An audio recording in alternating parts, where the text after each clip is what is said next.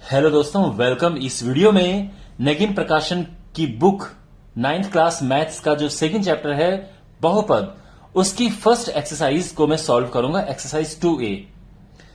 अगर आप किसी भी मीडियम के स्टूडेंट हैं या कोई भी बुक फॉलो करते हैं, ये क्वेश्चंस आपके लिए बहुत इंपॉर्टेंट है। अगर आपकी स्कूल में एनसीईआरटी चलती है तो ये क्वेश्चंस आप एडिशनल क्वेश्चंस के लिए अपने एग्जाम के लिए प्रैक्टिस कर सकते हैं इन क्वेश्चन से। तो ऐसा नहीं कि ये क्वेश्चंस केवल उनके लिए यूजफुल है जो नगीन प्रकाशन की बुक करते हैं, नहीं, ये सबके लिए यूजफुल है। So let start. तो इसमें क्वेश्चन के बीच बीच में मैं आपको कॉन्सेप्ट्स भी समझाता रहूंगा। तो जो पहला क्वेश्चन है उसमें हमें यह बताना है कि इनमें से कौन सा बहुपद है और कौन सा नहीं है। टोटल इसमें ये 6 प्लस 4 ये टोटल 10 पार्ट्स हैं। तो इसको करते हैं। वेल माय डियर, सबसे पहले तो ये समझो कि बहुपद क्या होता है। तो कुछ चीजें मैं आपको इसमें बताना चाहूंगा। देखो, एक होता है चर यानी वेरिएबल, जैसे x हो गया, y है, z, यानी जिनकी वैल्यूज बदलती रहती हैं, इनको चर कहते हैं। एक होता है अचर, तो जैसे 1 है, √2 है, 1/3 है, ये सारे अचर होते हैं। जब हम इनको आपस में मिलाते हैं तो हमारा बनता है एक व्यंजक। क्या बनता है? व्यंजक। लेकिन अगर इसको इंग्लिश में एक्सप्रेशन कहते हैं, लेकिन अगर किसी व्यंजक की सभी घातें पूर्ण संख्या में हो, होल नंबर जिसे कहते हैं इंग्लिश में, तो अगर उनकी पावर एक पूर्ण संख्या हो यानी 0, 1, 2, 3, 4, 5, तो उनको हम कहते हैं बहुपद। तो सीधी सी बात है, बहुपद ऐसे व्यंजक होते हैं जिनकी घातें पूर्ण संख्या में, जिसमें चरों की घातें, किसकी घातें? चरों की घातें पूर्ण संख्या में होती हैं। अभी हम क्वेश्चंस करेंगे तो आपको अच्छे से समझ आ जाएगा, लेकिन आप ये ध्यान रखो कि बहुपद ऐसे व्यंजक होते हैं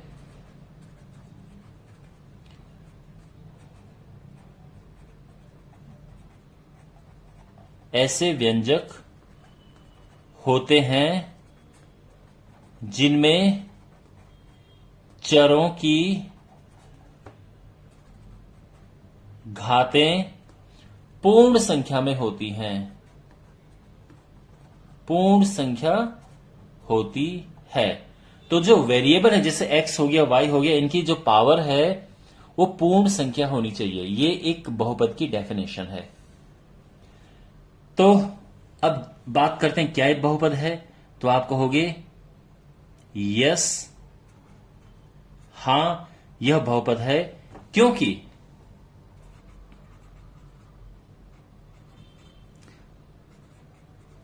चरों की घातें पूर्ण संख्या में हैं। क्योंकि इसकी घात 2 है, इसकी घात 1 है, तो इसमें 2 चर है। इसमें जो चर है, एक चर है x है और ये x है, इसकी घात 2 है, इसकी घात 1 है, तो ये पूर्ण संख्या है। तो ये क्या है? ये बहुपद है। क्या ये बहुपद है? हां, ये बहुपद है। और इसका रीजन भी सेम नहीं। देखो, यहां x की घात 2 है, यहां 1 है। अब बात करते हैं इसकी। क्या ये, तो देखो, सबसे पहली बात तो इसको हम सिंपल लिखते हैं। ये y है, यहां से अगर y ऊपर जाएगा तो ये पावर -1 हो जाएगी। तो आप कहोगे कि नहीं, और रीजन क्या दोगे? ये बहुपद क्यों नहीं है? क्योंकि चरों की घातें पूर्ण संख्या में नहीं हैं।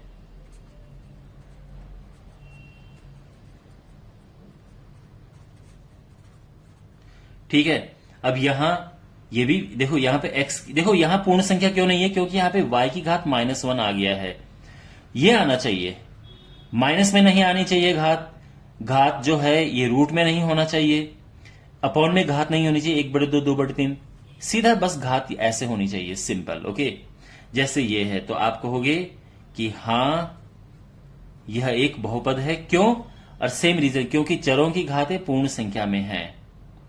यहां पर पहले तो इसको सिंपल करके लिखो। देखो, x की घात 3 और ये जो रूट एक्स है इसको हम 1/2 भी लिख सकते हैं। आपको पता है ना, जो रूट होता है इसको 1/2 पावर करके लिख सकते हैं।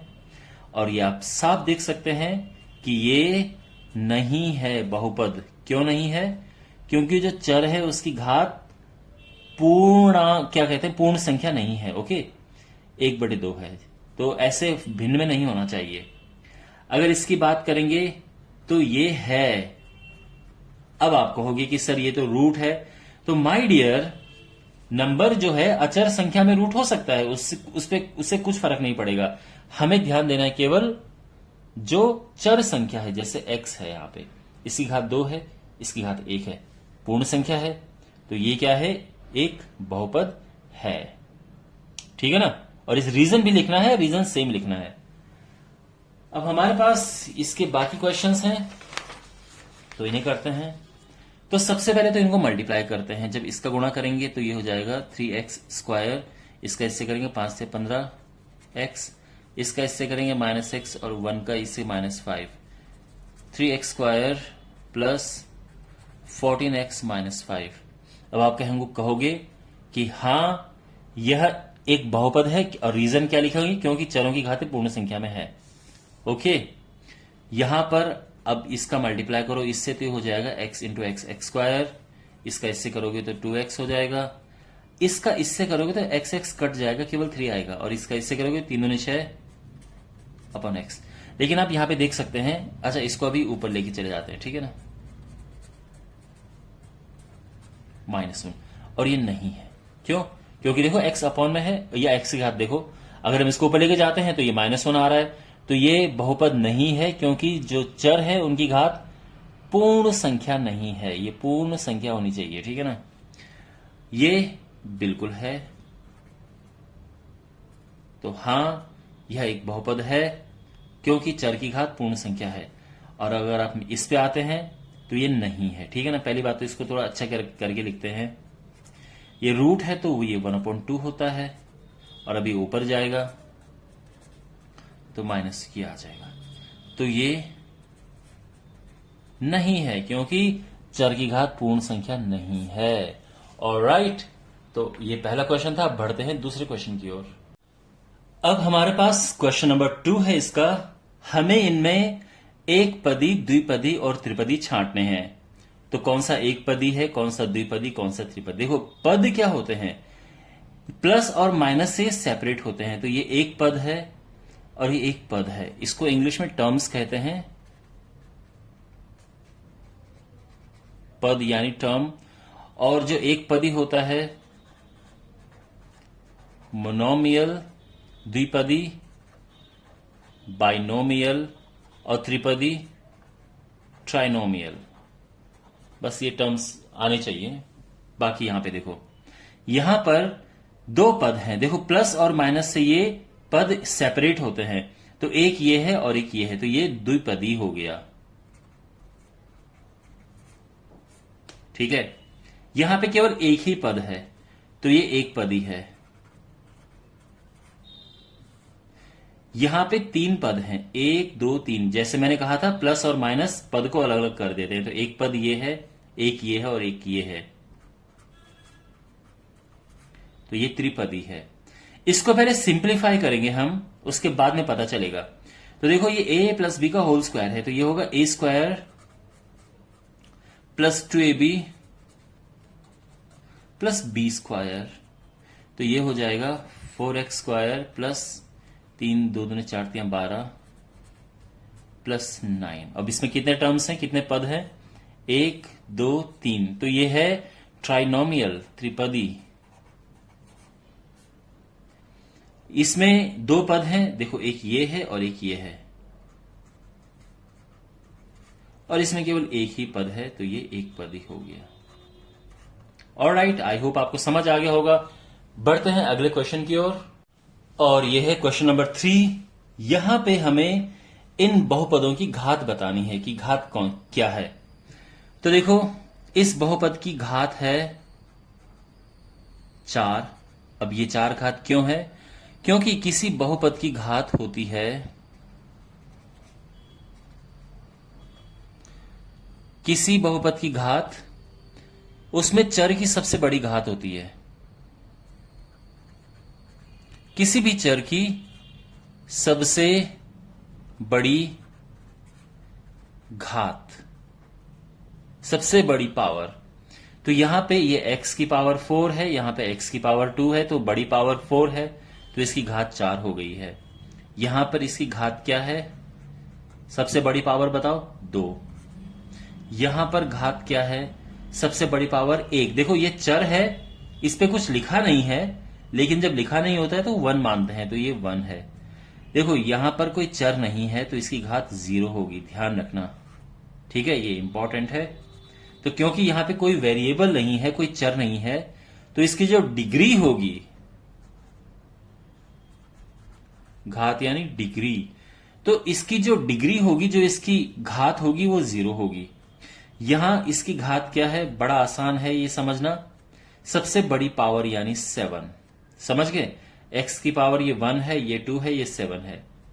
यहां पर घात क्या है, सबसे बड़ी पावर 6। कोई प्रॉब्लम समझने में? यहां इसकी घात क्या है, सबसे बड़ी पावर यानी 3, और यहां पर सबसे बड़ी पावर क्या है, 5 है, तो ये घात आ गई। यहां तक सब समझ आ गया।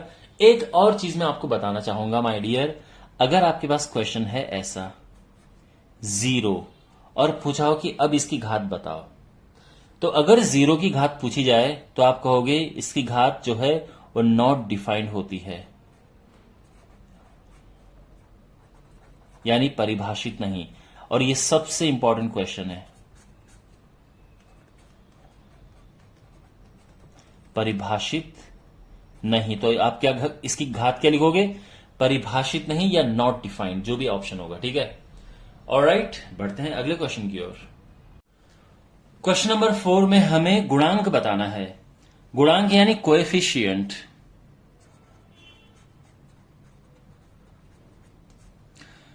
तो गुणांक होता है जो साथ में लगा होता है, जैसे ये एक्स क्यूब के साथ में 3 लगा है, तो अगर मुझे ये कहना हो कि एक्स क्यूब का गुणांक क्या है, तो कहेंगे 3।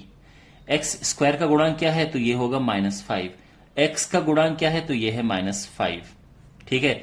जैसे यहां पे एक्स की पावर 4 का गुणांक क्या है, वो है 7। एक्स क्यूब का गुणांक क्या है, 5। एक्स का गुणांक 3। समझ रहे हो ना आप? यहां पर एक्स का गुणांक 4 है, यहां पर एक्स का गुणांक 3 है, एक्स स्क्वायर का -2 है, साइन साथ में लेते हैं, ध्यान रखना, ठीक है, चिन्ह लेना पड़ता है साथ में। और एक्स क्यूब का गुणांक 7 है, ठीक है। ये भी तो मैंने सभी के बता दिए हैं, लेकिन हमें बताना है इसमें एक्स स्क्वायर का। तो देखो एक्स स्क्वायर के साथ में क्या लगा है, यहां -5 लगा है, तो ये आ जाएगा आंसर -5, सिंपल। यहां पर एक्स क्यूब का गुणांक बताना है, तो एक्स क्यूब के साथ में क्या लगा है, 5 लगा है ना, तो ये 5 आ जाएगा, आंसर आ गया। यहां एक्स स्क्वायर का गुणांक, अब देखो एक्स स्क्वायर यहां है ही नहीं, तो जब वो है ही नहीं तो उसका गुणांक हम 0 मानते हैं। यहां पे x का गुणांक, तो x ये है, ठीक है, तो x के साथ क्या लगा हुआ है, 3 लगा हुआ है, तो ये 3 आ जाएगा और ये आंसर आ गया है, सिंपल। अब बढ़ते हैं अगले प्रश्न की ओर। क्वेश्चन नंबर 5 में हमें इनके एग्जाम्पल देने हैं। ऐसा बहुपद हमें यहां पर लिखना है जिसकी घात 19 हो, लेकिन उसमें केवल एक पद हो, और दूसरा ये और तीसरा ये क्वेश्चन है, और हमें इनका एक एग्जाम्पल बताने हैं, ठीक है। तो देखो एक पद ही होना चाहिए और इसकी घात 19 होनी चाहिए। तो देखो x की घात अगर मैं लिख दूं यहां पे 19, तो ये हो गया, ये एक पद है, और इसमें जो चर है उसकी घात 19 है। आप 2 की पावर 19 मत लिख देना, ठीक है, इसमें इसकी घात 19 नहीं होगी, ये तो चर है, सॉरी ये कांस्टेंट है, अचर है, तो ये नहीं होगा। हमें वेरिएबल के ऊपर घात रखनी है, चर के ऊपर। इसमें चाहो तो आगे नंबर भी लगा सकते थे, जैसे अगर हम लिखें 6y की पावर 19, ये भी इसका एग्जाम्पल है। क्यों? क्योंकि अभी भी तो एक पद है और इसमें जो घात है वो 19 है। अब दूसरा एग्जाम्पल लेते हैं, दूसरा जो क्वेश्चन है इसका दूसरा पार्ट, वो घात 16 का द्विपदी बताना है। तो देखो अब 2 पद होने चाहिए। घात 16 का मतलब ये कि जो चर की सबसे बड़ी घात है 16 होनी चाहिए, 16 से बड़ी घात नहीं होनी चाहिए चर की। तो एक ले लेते हैं x की घात 16। अब क्योंकि 2 पद बनाने हैं तो प्लस साथ में कुछ लगा दो, +5 हो गया, ये आंसर आ गया। आप चाहो तो ऐसा लिखो 8 y पावर 16 प्लस x। अब ये अलग बात है, इसमें दो चर आ गए हैं, लेकिन ये अभी भी क्या है, दो द्विपदी है, क्योंकि एक पद ये है और एक पद ये है, और घात कितनी है 16, ये घात 16 है। ठीक है ना।